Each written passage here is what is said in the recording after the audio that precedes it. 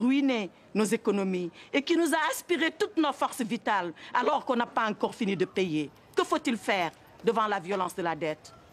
J'entends les latino-américains. Ils nous ont dit, Monsieur le Président, la deuda es impagable. La dette est tout simplement impayable. Oui, Monsieur le Président.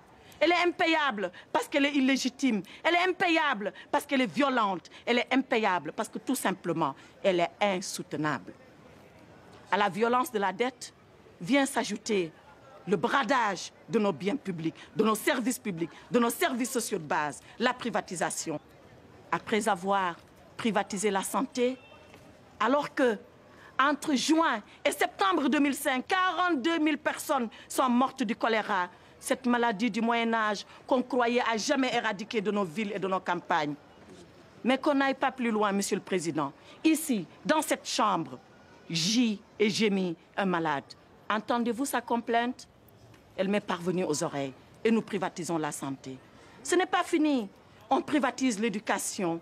Conçue comme un droit universel, l'acquisition du savoir et de la connaissance, qui doit être la chose la mieux partagée.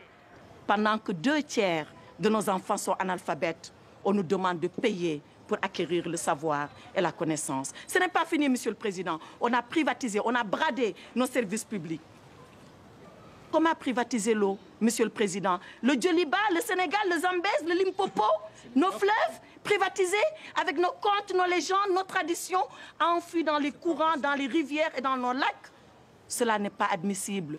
Ce peuple, c'est la veuve qui pleure la mort prématurée de son mari, enfui sous les décombres de l'ajustement. Ce peuple, c'est l'orphelin qui réclame le sein de sa mère, emporté dans les couches, alors qu'il exigeait tout simplement un dû, les soins primaires de santé. Ce peuple, Monsieur le Président, c'est le père de famille, ce compressé du rail, ces messieurs que vous avez entendus, ces dames qui vous ont supplié à votre barre.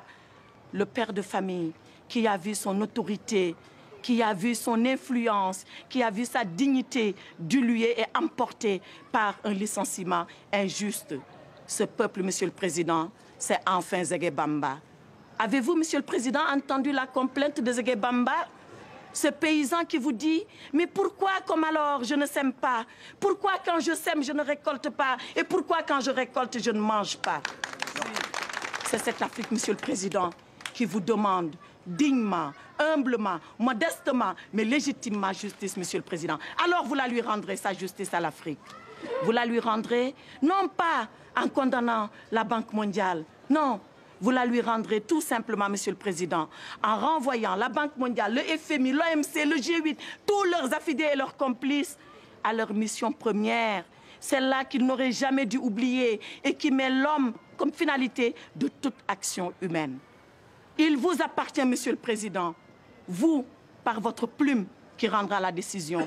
Il m'appartient, moi, par la robe que je porte. Il nous appartient à nous tous, parce que c'est notre devoir de génération de provoquer et de précipiter la venue de ce jour.